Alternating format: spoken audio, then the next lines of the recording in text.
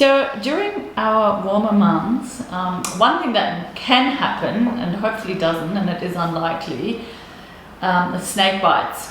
So if somebody does get bitten by a snake, what would we do in that case? Okay, so the first thing to say is that it's very unusual that this typically doesn't happen, even though snakes are always there. If somebody is bitten by a snake, we've got to treat it as a life-threatening emergency and get help straight away. So let's say somebody's been bitten. Typically they're going to get bitten below the knee. Most times snake bites occur below the knee. They may get a snake bite on their arm.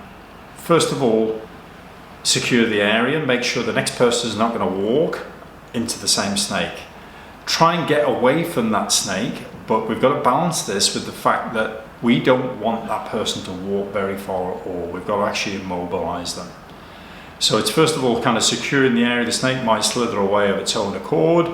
Good, just make sure the next people coming are aware of that. We don't want to repeat. And then we get that person to a safe space nearby, sit them down, possibly even lie them down, definitely sit them down, reassure them, and we're going to call the emergency services straight away.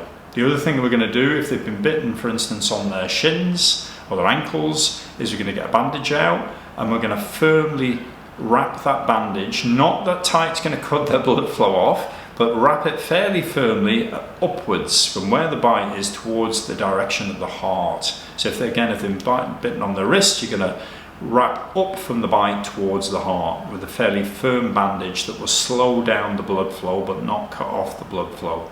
The most important thing is that person does not keep moving. You have to immobilize them and get them to wait there, reassure them, give them water, whatever calming effects you can give them, and get them to stay in that place until the emergency services come to you. If you're in a place where there's no phone signal, what happens then?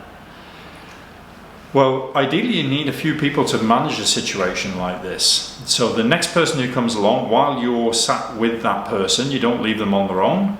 You stay with them. The next person who comes along, or if they're already there, get them to either walk back to the point where you last knew you had a phone signal or walk forwards. As leaders, it's important. I know I do this when I'm out on a walk. I'll just pull my phone out every now and again, check, have I got signal? So this will be important on the Greens Bush Day in particular, where there's not as much phone signal.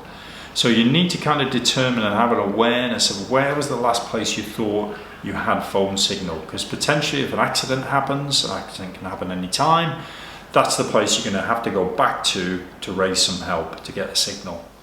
So just be aware, try and keep an awareness of that. Just check your phone now and again. But that's how we deal with snake bites. Treat it as a life-threatening emergency, call the emergency services, immobilize the person.